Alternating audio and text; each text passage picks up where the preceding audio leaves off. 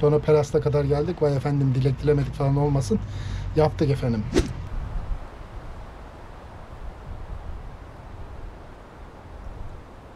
Bu adalardan birinin adı Kayaların Lady'si.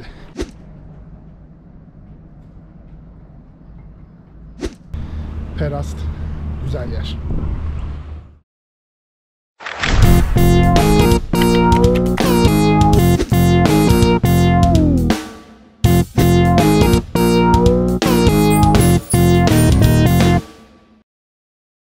Dostlar, yeni günden merhaba. Kotor'dayım yine. Yalnız bugün Dobrota'dan, yani bulunduğum yerden Kotor'a doğru değil, aksi istikamete doğru gideceğim. Perast diye bir nokta var. Hem tarihi adalarıyla meşhur hem de keyifli bir yer. Orayı çok merak ediyordum. Bugün orayı gözlemleyeceğim. Aslında benim planım bisikletle gitmekti. Fakat bisikletle biraz yorucu olacağını söyledi ev sahibim. O yüzden otobüsü kullanmamı rica etti. O yüzden otobüsle geçmeyi planladım. Dönüşte de duruma göre bakacağız artık. Durağı da buldum. Çok yakınmış. Hemen şu karşıda.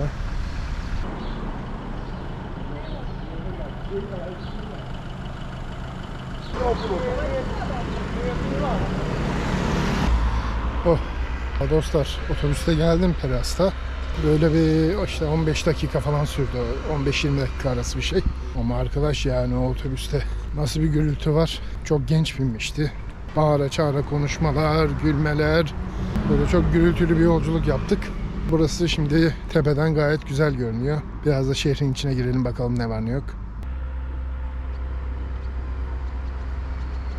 Yağmur da her an yağacak gibi. Umarım ıslanmadan bugünü geçiririz.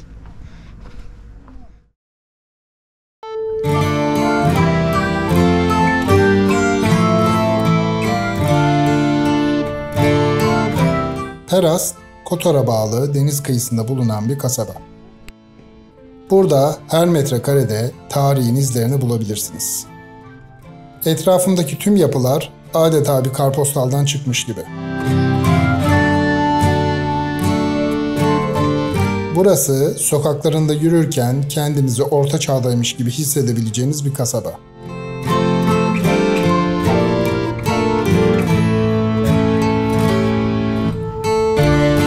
Kasabanın en önemli yapılarından biri San Nikola Kilisesi. Bu yapı 1691 tarihli bir Katolik kilisesi. Görünümünü güzelleştiren saatli bir çan kulesine sahip. Bu kule 55 metre uzunluğunda. 1713 yılında kiliseye eklenmiş olan çanlar kendi döneminde Avrupa'nın en büyük çanlarıymış. Perast'ın tarihi atmosferinin yanı sıra coğrafyası da bir o kadar güzel.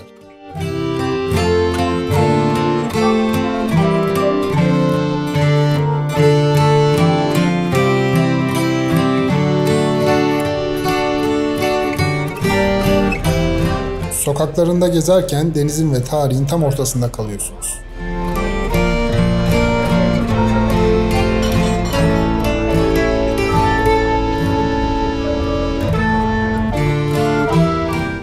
Taş evlerin oluşturduğu doku harika hissetmemi sağlıyor.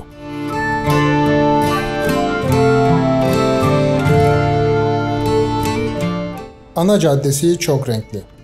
Cadde boyunca restoranlar, kafeler, küçük alışveriş dükkanları bulmak mümkün. Kotor'un her karesi manzaradır derlerdi arkadaşlar. Ben bu iddiaya Perast'a geldiğimde inandım. Şehrin içinde büyüklü küçüklü 16 adet kilise var. Burası da müze arkadaşlar. Perast'ın müzesi.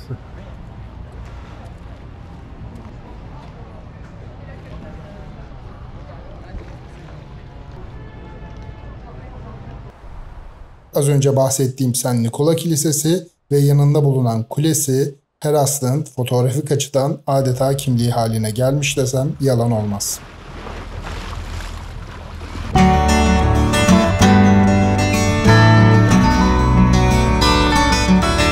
Perast'ın tarihi 1336 yılına kadar dayanıyor.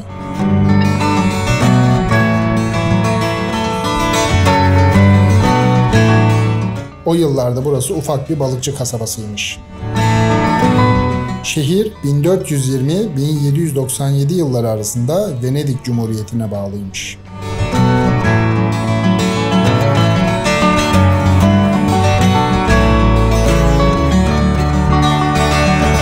Kotor'dan otobüsle Peras'la gelebilirsiniz.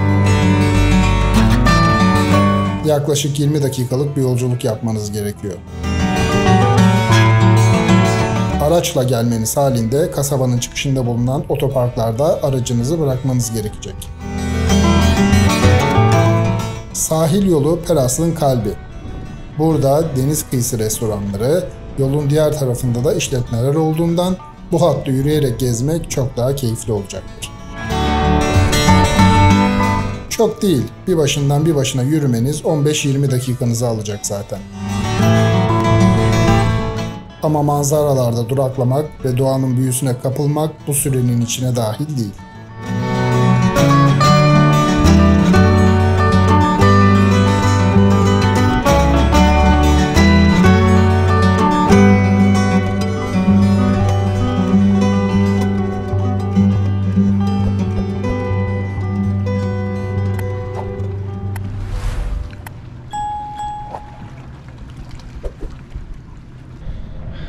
Evet dostlar, Peras hakikaten güzel yer. Aslında küçük, çok öyle büyük bir yer değil. Bir sahil yolu var. Çevresinde de sahil yolunun bu tarafında da evler, kiliseler. Oldukça çok sayıda kilise var aslında. Kasabanın içinde gezerken zaten o İtalyan etkisini, eski taş evleri falan çok rahat görebiliyorsunuz. Bence bu taraflara yolunuz düşerse mutlaka gelip görün derim. Gezilmesi gereken yerlerden biri. Bir de tabii burayı özel kılan Peras'tan motorlarla ve botlarla gidebildiğiniz 2 adet küçük ada olması. Bu adalardan birinin adı Kayaların Lady'si. İçinde bir kilise var. Dışarıdan da çok hoş görünüyor. Evet dostlar, sizin de gördüğünüz gibi 2 tane önemli ada var bu Peras'ta. Tarihsel önemi olan 2 tane ada. Bunlara bot turu yaparak gidebiliyorsunuz. İçlerinde kiliseler var. Ben de bir bakacağım bot turlarına. Makul bir şey bulabilirsem ziyaret etmek istiyorum. Ve buldum. 5 euroluk bir biletle Kayaların Lady'si isimli adayı ufak bir tekneyle ziyaret edebildim.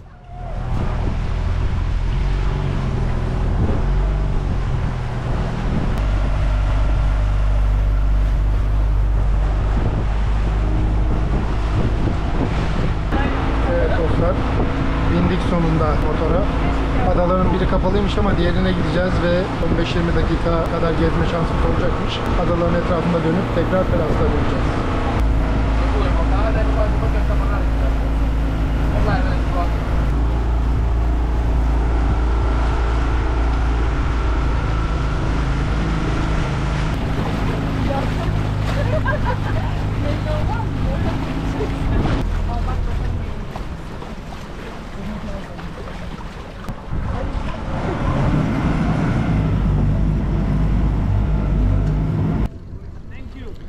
Evet, Kayaların Lady'si isimli adaya geldik. Peras karşımızda kaldı görüldüğünüz üzere. Diğer adaya gidemeyeceğiz ama kapalıymış şu an. O yüzden gelen turistler de buraya geliyor. Tamamen insan eliyle yapılmış olan Lady of the Rocks, yani Kayaların Lady'si isimli ada bir kilise adası.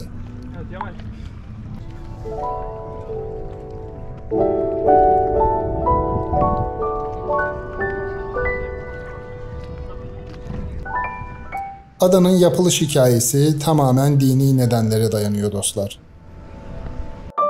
1452'de çıktığı bir seferden dönen denizci, şu an adanın bulunduğu yerde bulunan bir tepelik alanda Bakire Meyrem ikonası bulmuş.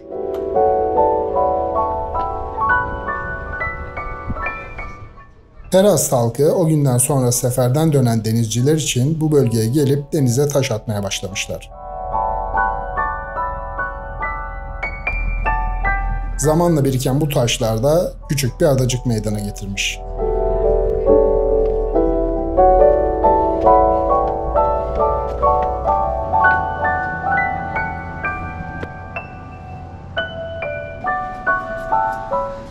Her turistik destinasyonda olduğu gibi burada da bir dilek çeşmesi değil de bu sefer kutusu var. Daha doğrusu tabağı var. Tabağı bir göstereyim size. Biz de elimizdeki paramızı atalım, dileğimizi tutalım. Sonra Peras'ta kadar geldik. Vay efendim dilek dilemedik falan olmasın. Yaptık efendim. Yani her yerde gerekli işlemi gerçekleştiriyoruz.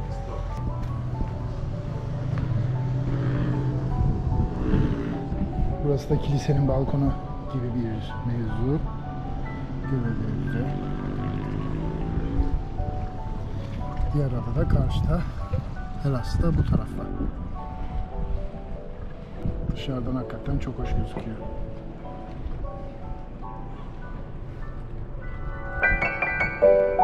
Kilise 1535 yılında Bakire Meryem adına kutsanmış. 1579'da ise Our Lady of the Rocks adını almış. Kilisenin ve üzerinde bulunduğu adanın son halini alması 1630'ları bulmuş. Dönüş yolundayız. Devam ediyoruz.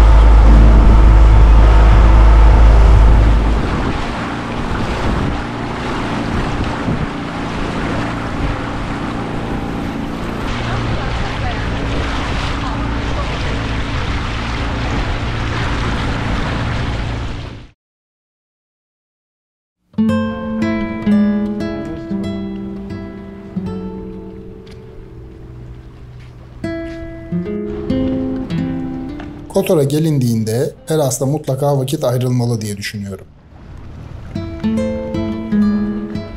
Bu tarihi dokuyu bu yoğunlukta hissetmek birçok destinasyonda pek mümkün değil. Buradaki dar sokaklarda gezip taş evlerin içinde kaybolmak çok keyifli.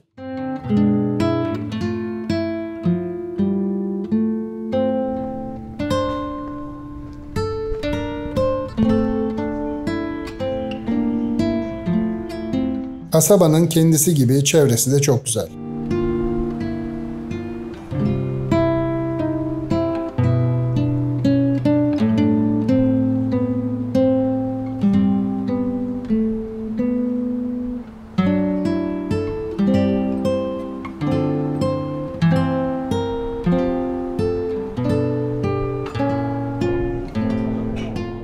Ben koca bir günü burada geçirebilirim. Perast, görülmesi gereken çok önemli bir tatil noktası bence.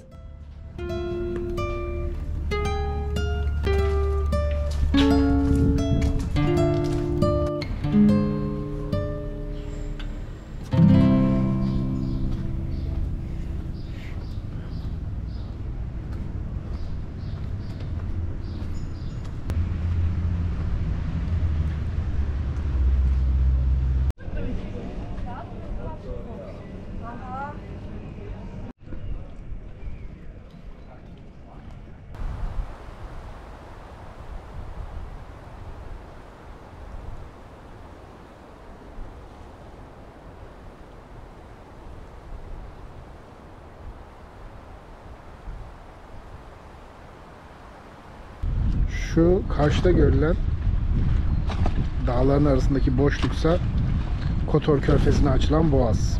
Dağın arkasına doğru Tivat gibi önemli konaklama noktalarına ulaşma şansınız var. Şimdi aslında ben videolarımda bu yeme içme işlerini pek paylaşmayı sevmiyorum. Ama az önce Peras'ın içinde pizza çok güzel yapıyorlar arkadaşlar burada.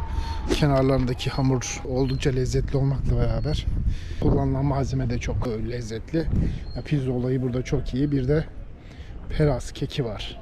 Meşhur. Onu da buralara yolunuz düşerse tatmanızı tavsiye ederim. Farklı lezzetler tatmak sonuçta dış ülkelerde keyifli. Peras keki de önerilerim arasında.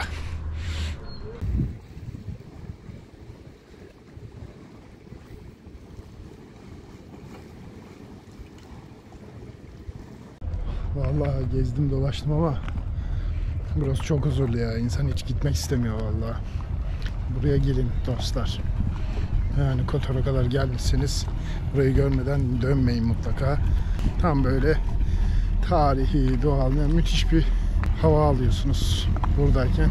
Yani gezerken Keyif amaçlı bile bir gün geçirilebilir burada. Perast güzel yer.